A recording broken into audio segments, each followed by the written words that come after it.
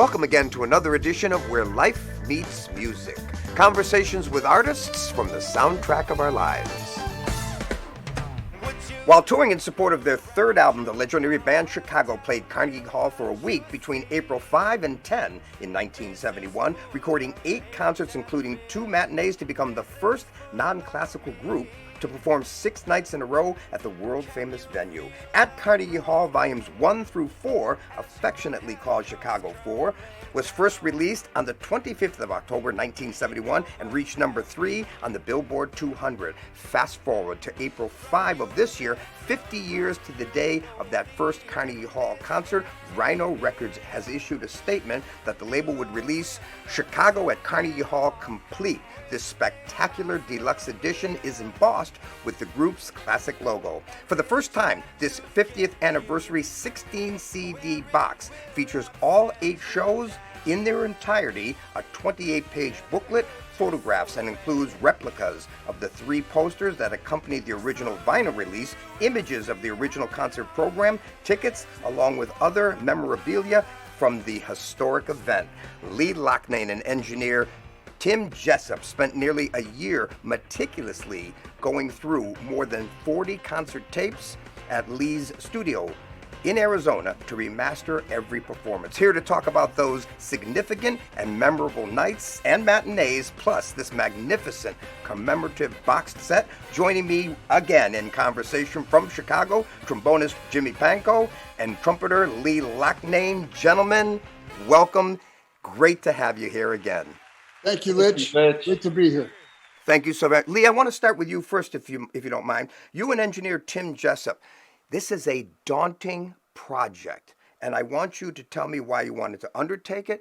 Speak to me about all of the arduous process you had to go through. Also, how you came to collaborate with Tim, and once it had reached fruition, what were your feelings when you sat back at the soundboard and heard the music?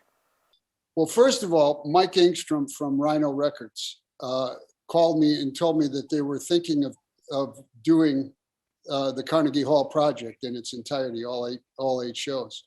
And I actually suggested Tim Jessup do the job for him because I have a studio here now, and we would be able to pull it together.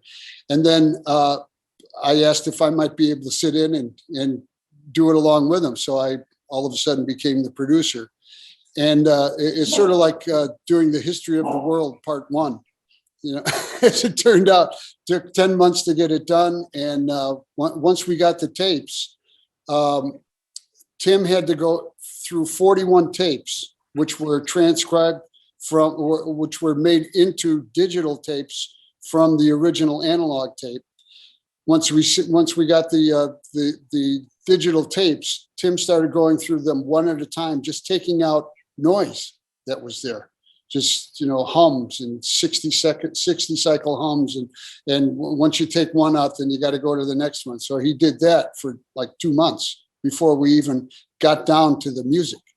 So it's been a project of love, and it took us a lot longer than we thought it would, but it's been well worth it, and I can't wait for everybody to hear it. Jimmy, reflect back to being on stage in April of 1971 for me.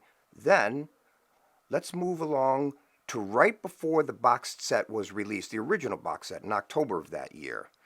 Tell me your feelings, the Jimmy Pankow then, in October when you heard the discs, and then move along real time to Jimmy Pankow 2021 as he heard this new boxed set. Well, the fact that we were a rock and roll band and sold out a week in a legendary classical venue like Carnegie Hall, world famous, was special all by itself. To take the stage that so many masters in the history of music had performed on, and to look out at the tiers, the balconies going all the way up in this venue. I remember that just a sound check, I had butterflies just taking that stage, and just internalizing the magnitude of that venue. When we started playing, it became just another show. We got lost in the music, and frankly, I had no idea what to expect. At one point, I was wondering, well, okay, this is Carnegie Hall. This is not Madison Square Garden. Are the people going to, or are they going to go, yeah, Chicago? Well, thankfully, it was the latter. And I was blown away. I went, okay, no worries. I don't have to be concerned. We're right where we always want to be. We're in the pocket. The crowd is with us. And it became a celebration of Chicago and the music. And we let all the stops out, and it was like, a festival. It was great. To be there for a week was, enormous. And also, mind you, we were aware that we were being recorded, and when that you're being, recorded for posterity, you're not only worried about your performance and your interaction with the audience, but you're worried about getting the notes right, because it's forever. When we completed the engagement, we felt like we had done a good job. We felt that it was successful. The fans had a great time. My apprehensions were allayed about the classical solemnity of a venue like Carnegie Hall, and the crowds had great times every night. And then I started wondering, well, we recorded all this. I'm hoping they can maybe take the best performances from various nights and do a compilation so we get the best performances of each song, not knowing that they were going to do recordings of every performance every night. And that's what Lee and Tim had to address. It's a lot of music. Jimmy, when you heard the discs in October of 71, and then you fast forward to listening to what Lee and Tim did, tell me about the difference that your ears heard Jimmy Pankow in 71 and the Jimmy Pankow of 2021. Night and day. I mean, Lee and Tim did an amazing lobotomy on this stuff. Not only digitizing it, but eliminating all superficial noise, capturing the warmth of the analog, minus the buzzes and the pops, and the best of both worlds. When I heard the original Columbia release, I was disappointed in the brass sound. It was thin, and it was not what I envisioned as the trademark sound of our section. And I was disappointed. And Lee explained to me when we revisited this all these years later. I was at his studio in Arizona, and we were listening down, and Lee reminded me that the equipment they had available to them back then was far inferior to the technology and the equipment we've developed through the years and have today. And there was just so much they could get on tape because of the lack of technology. So it wasn't necessarily the acoustics of the room. It was the lack of technology to capture the fullness of the section. And what Lee and Tim accomplished was recapturing this performance with all of its fullness and all of its brilliance and clarity. And it was like, I mean, a whole other ballgame. Totally. There were a number of things that went on, and the room itself is built and still is for concert. Indeed. For concert orchestras. Indeed. And so playing a very soft pianissimo note can be heard all the way. When you play it in the back of the stage, you can hear it all the way on the other end of the arena or the concert venue. And so when a rock and roll band gets in there with amplifiers and everything that we had electronically, it fills up the room so fast you can probably still hear some of the notes reverberating around if you go into Carnegie Hall today, back from 71. So what we had was Carnegie Hall in every microphone. And not only that, there were electrical glitches that happened during the course, not of every show, but of a couple of shows, where we had to actually go through and write out with a digital pen some of the electronics that it was time consuming, let me just to say the least. So what we had to do also was go to each instrument, each musical instrument and each voice, and take out any ambience all the way up to a note, do a fade into the very note and then fade out of the note and then delete all the way up to the next note with every instrument and every vocal for 8 shows for 40 tapes, right? And so that was time consuming. And that just got us to the point where we could actually hear the music, so that when we turn up something, the music comes up and not Carnegie Hall. Expound for me of the joy of playing this music still 50 years later, because you have the energy back in 71, the energy, the excitement, you're empowered, the powerful sounds as Jimmy was just talking about. Talk to me about how you expound on the joy of playing that same music still to this day with the same emotion. The music is still as interesting as it was the day we recorded it. And we were obviously a lot younger then and very energetic, but we couldn't play as well as we can play today. So there's some things that have changed, some things that haven't. The excitement of the music has not changed with us. We still feel the same way about it as we did back then. And I didn't know that until I started in on this project.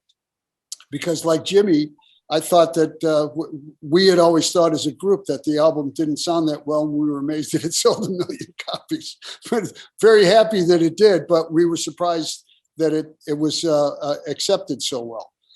I think when people listen to this today, we were able to bring out the actual energy of the band as we were back then. And that we played a hell of a lot better than we ever gave ourselves credit for back then. I mean, we figured we had done, the best we could, and we're happy with that. And the very next day we went and played another gig somewhere. The day before Carnegie Hall, we were playing somewhere else. So it was just in the midst of an entire tour that we happened to play 8 shows at Carnegie Hall, 6 days, 8 shows. And, it was sort of, this is what we're doing. We're playing music and we're on the road and blah, blah, blah. And reliving it this much time later, 50 years later, is really eye-opening. And I'm very happy with what it sounds like. And I just hope everybody else is as well. to capture that youth and that raw energy. I mean, we were rough around the edges then. And like Lee said, we didn't know how good or bad we were. We just did what we do.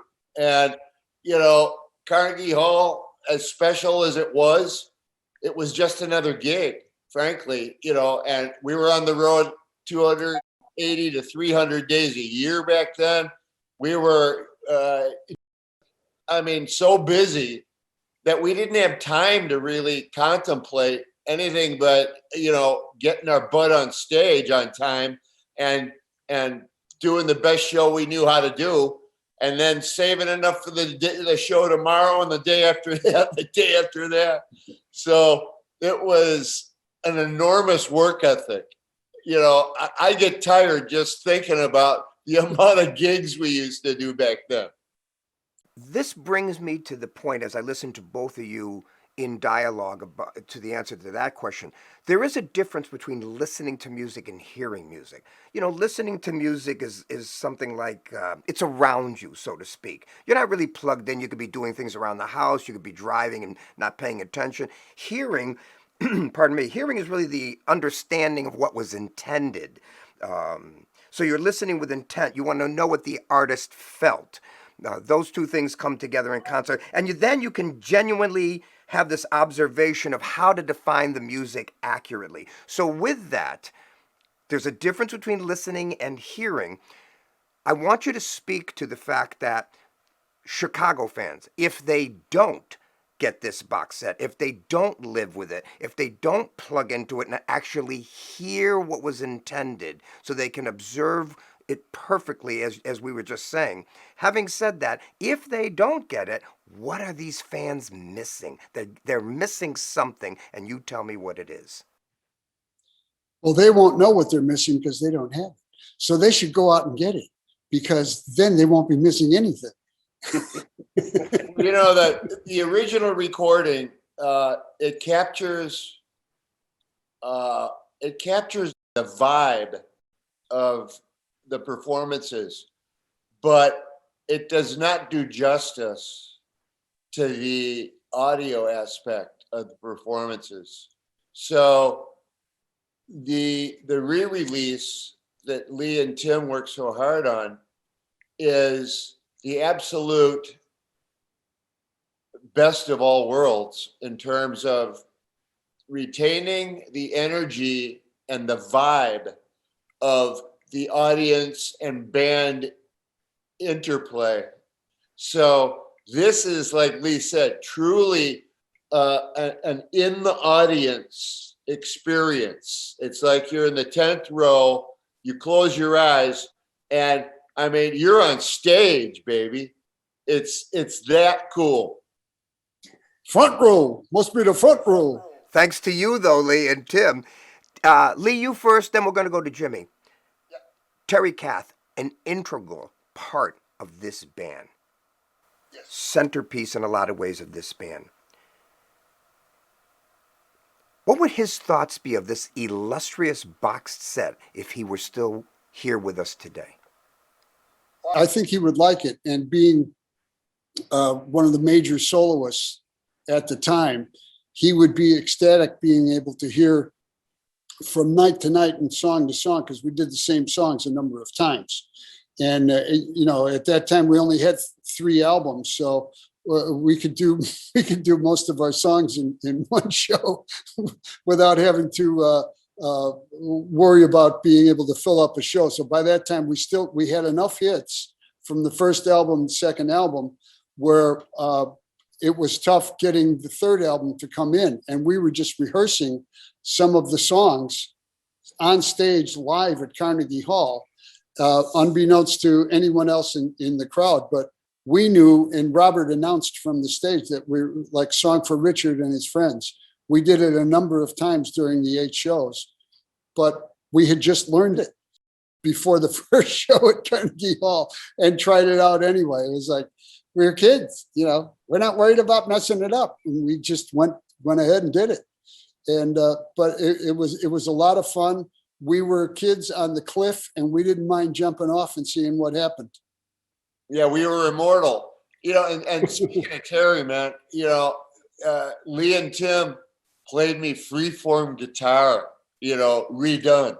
It was like, holy crap. I mean, Terry, he would take the head of his guitar and massage the grill of the amp and coax out different frequencies of distortion and make it musical. I mean, he would create these distortions, and they would be actually almost notatable. And it was like, holy cow. I kept thinking, is there a way to transcribe this? No. Jimmy, where does he stand, your estimation, and of course Lee's, where does he stand in the hierarchy of rock guitarists then? He was always underappreciated. Totally overlooked. Totally overlooked. Yeah, I think because the band was based on not based on the brass instruments, but the brass instruments were a lead voice in the band, whereas there were no other bands like that at the time. And when we became successful, other companies started hiring bands that had the same instrumentation as we did, but it didn't sound the same as us. But that in itself was part and parcel of why Terry got overlooked, because the concentration was more on the brass than on the rock and roll aspect. Lee, what does Jimmy bring to this ensemble? Then, subsequently, Jimmy, what does Lee gift Chicago with? Lee, you first. My participation is more of a What did you say? I said, be nice. Be nice.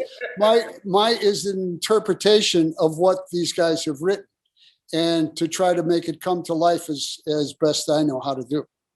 And that's still to this day what we do. I mean, as we wrote songs and the writing was going on while we were recording in the studio, we were learning the song. And as we took them out on the road and played these songs live, they continued to develop as we played them. And it was, so the third album was in development as we did Carnegie Hall. And what do you think Jimmy Pankow brings to the band Chicago? Well, okay. I'm gonna put all this. He's gonna tell you. He's gonna tell me what he brings to the band. I can bring shit to the band. I don't. Actually, Lich, this band, and this speaks also to your earlier question about Terry not getting the recognition he deserved, and this band has always been an ensemble. This is a band, and the nature of what our music is the result of each one of us, no one more importantly than the other, but all equally important, bringing our thing to the table. Yes. And, Robert comes from R&B, whatever. Terry came from R&B and pop. Lee and I came from classically trained, jazz, some pop. Everybody kind of brought their own thing to the table. And you put all that together and it becomes Chicago. And people it's human nature, to put something into a category for reasons for explanation, so people have a tendency to create comparatives. Are you guys jazz rock? Are you guys classic rock? Walt Perizzator said it the best. We're a rock and roll band with an indigenous horn section. The horn section being a main character in the music, not any one of us being more important than the other, but in terms of the relationship to the ensemble, which is the band, the horn section is a lead voice. It's like another vocal, and it's up front. So as if you took it out of the music, there would be holes, there would be empty space. And maybe when we released the first album, when it went into the stores, the owners of the stores did not know where to put the album. It wasn't jazz, it wasn't rock and roll, it wasn't country, it was a mixture of a lot of things. And they didn't know it. They created a new label and they called it jazz rock. And we went in there. We became, what are you guys, rock, jazz, country, classical?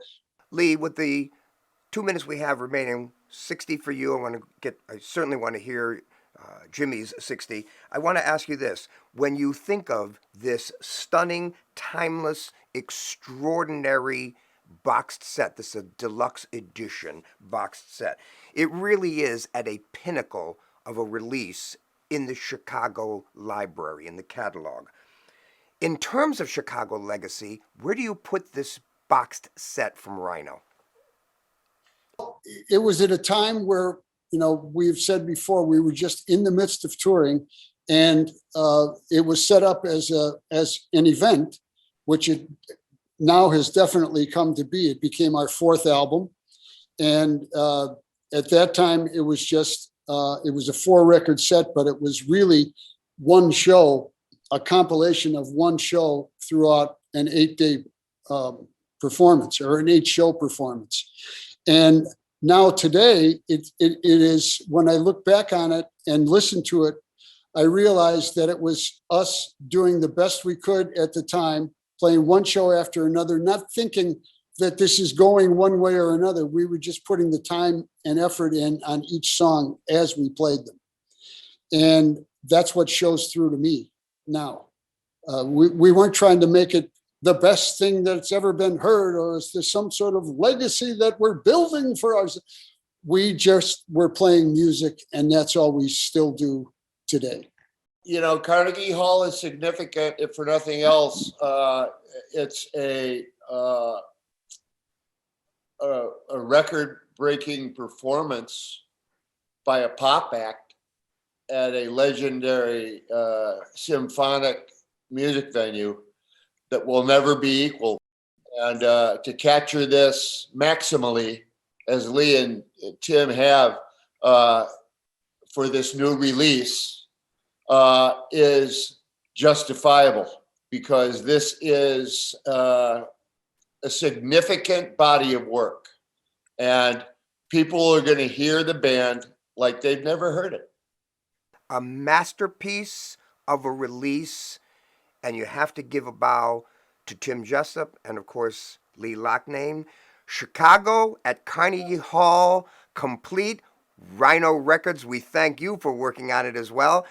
Jimmy Pankow, Lee Loughnane, gentlemen, as always, my heart is touching your heart. Thank you for doing this. Thank you. Thanks for having us. And I speak for the band, Lich. You have been an amazing supporter of the music and the band for all these years, and we are grateful to your enthusiasm and appreciate your support so much. You're a true fan and a friend. It's been a pleasure. Jimmy, I love you. You know that's the truth. Lee, thank you so very much. Please, this is your home. Come back anytime. Great. Thanks, Lich. And that is our conversation with Lee Loughnane and Jimmy Pankow of Chicago. With that, thanks for being here with us. May your happiness increase always, in all ways, and keep me in your thoughts.